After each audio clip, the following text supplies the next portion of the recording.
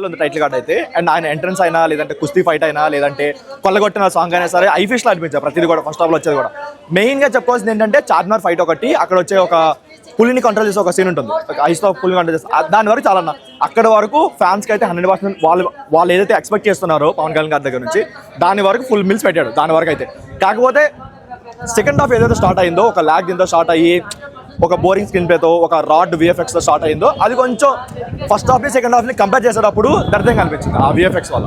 అది కాకుండా ఇంకొంచెం మంచి విఎఫ్ఎక్స్ కానీ లేదంటే ఒక మంచి రియల్ లొకేషన్లో చూసుకుంటే నెక్స్ట్ లెవెల్ ఉండేది. అండ్ కంటెంట్ కూడా ఎలా అంటే ఒక డైలీ సీరియల్ కంటెంట్ తీసుకొచ్చి ఒక స్టార్ పవర్ రెండు మిక్స్ చేస్తే ఎలా ఉంటుందో అలా అనిపించింది.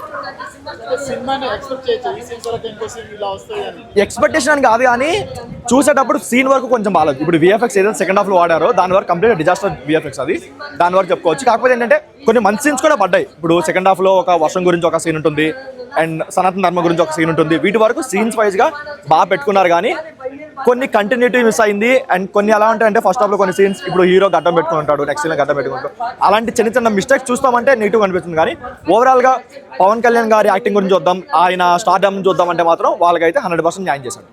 వాళ్ళు పెట్టిన డబ్బులకి అయితే న్యాయం చేశాడు.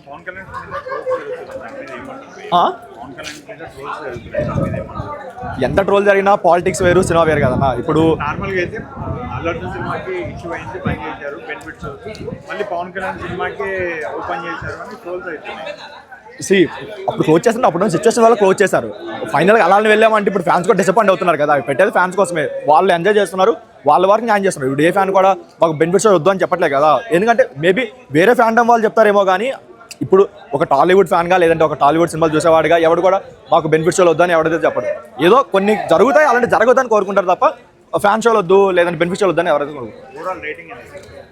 ఫస్ట్ హాఫ్ వరకు అయితే 3.5 వచ్చన్న, సెకండ్ హాఫ్ వచ్చేసరికి 2.5. ఎందుకంటే first half range second half ఉంటే నెక్స్ట్ అత్తరింటి దారి అయితే నెక్స్ట్ బాహుబలి దగ్గరలో వెళ్ళేది, బాహుబలి 1.